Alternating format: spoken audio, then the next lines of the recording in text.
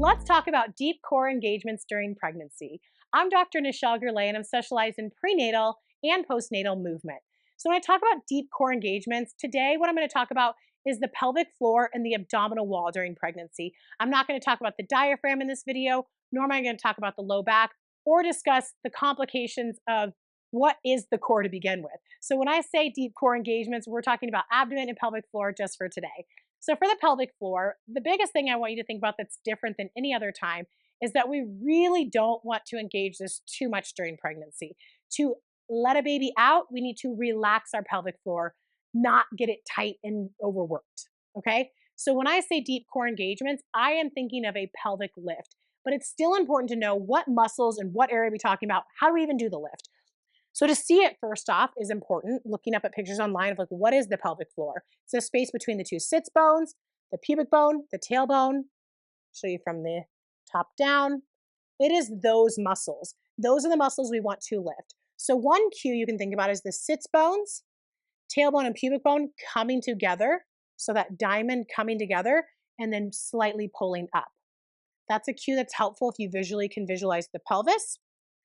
Another cue is imagining that your pelvic floor is like the claw game and the claw comes down and is pulling up. Or people like to think of a jellyfish motion. Others like to think of an elevator. So you're holding on to something in your vagina and you're pulling it up, up, up, up, up through your body. Others, it's helpful to engage the sphincter of their anus. So as if they're holding in a tube and then pull that up towards their pubic bone. So thinking about this right here, pulling towards the pubic bone. The cue I like best is actually imagining that I'm drinking a milkshake up through a straw through my vagina. So it's this lifting motion. And so it should be a lift. Now, if you're trying to connect to your pelvic floor for the first time and it's hard, you can intentionally really connect hard, strong, and then release just to kind of feel that really, like, that's how I activate it. But that's not what we should do every time we're engaging. It should just be a lesser level of that grip. It should be just a lift. So if you think of all 4 points coming together, you think about an elevator or something that pulls up, does not matter as long as you're engaging that pelvic floor. So engagement pelvic floor is going to be part of our activation when we're doing movement. So it's important to understand how to engage that area of our body. Now, our abdominal wall is one that is really important to talk about that I think can be really challenging for people because they've had a pattern that they're used to. So what I want you to think about is your pubic bone trying to reach up and touch your belly button. So it's a lower belly lift. It's almost a scoop up, or almost as if you're trying to fit in your jeans that no longer fit. It's a scoop up.